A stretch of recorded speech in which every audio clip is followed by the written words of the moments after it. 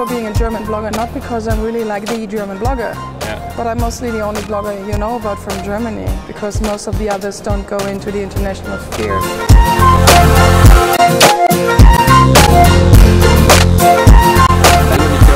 You are a famous blogger, one of the best known bloggers in Europe today. You come from Germany.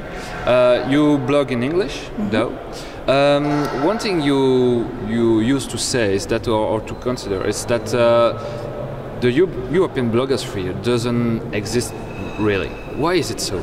I think we have a lot of different European countries, and in most cases we really have local languages. So, for example, I do also sometimes blog again in German, especially when it's German topics. I tend to blog in English if it's something of the European or the international sphere. So, though we have a lot of people speaking English and reading English, we are torn between our country and what we do in our language or languages.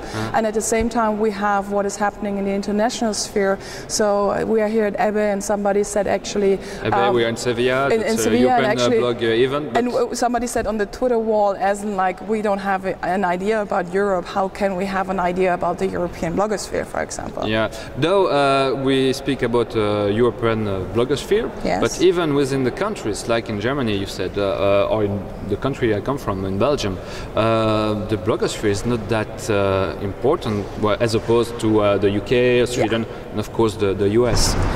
We have, in the US you have, I think especially media is really relevant. The first time I traveled to the US and heard a radio station over there, saw a TV station and saw some of the papers, I finally understood why they invented blogs and podcasts, because it's a very biased system. In Germany, for example, most of the magazines, TV stations and everything, they're quite objective. There are sometimes subtle hints to a different direction, but basically they're very simple, objective, and you get the whole picture, so there's no demand to really rally against it. If you are in a country where there's just left wing or right wing, and you're not the ones in charge, you probably want to go for and offer your own opinion. You would say that it's a matter of the polarization of the politics or of the society. And also of the culture, for example. Germans, I think, don't really like to stand out, really to put out their opinion out, whereas as I assume the French or even the Italians rather go like, yes, I want to put up my opinion.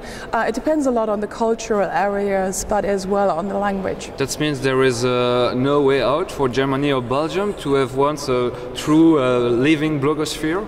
I think it doesn't really depend on if you have a leading blogosphere. It depends on what you want to actually achieve.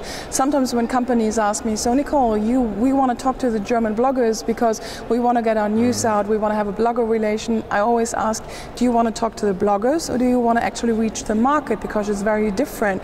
If you really want to reach the market, do traditional press releases and also talk to the bloggers.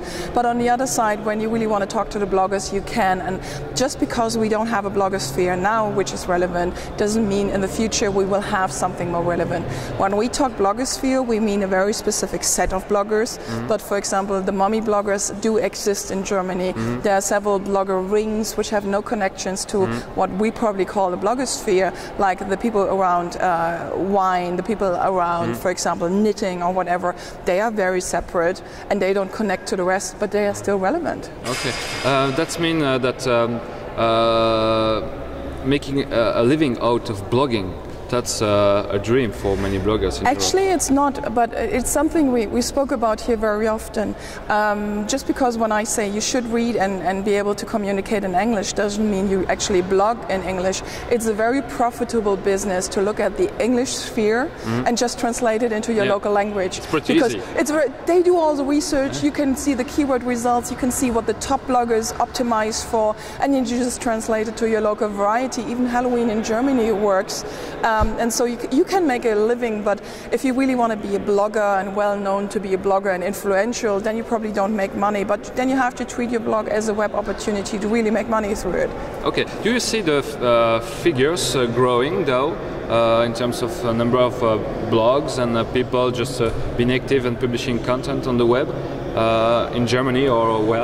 As we well? don't have really that much studies. There's one study from a publicly funded broadcast system who says there are more and more people going online, spending time in communities and social networks and everything. But we don't have real numbers on bloggers or estimated numbers on that. But I think in general, the people are more used to sharing their information, to being online and communicating online. So it doesn't really matter if I have a blog or a Twitter account or a Facebook or any of the local equivalents. People get used to share. Yeah, thanks also to these new tools that are the social networks and platforms that are alternative for blogging. Really. Yeah. Thank you very much. Thank you very much. Bye-bye.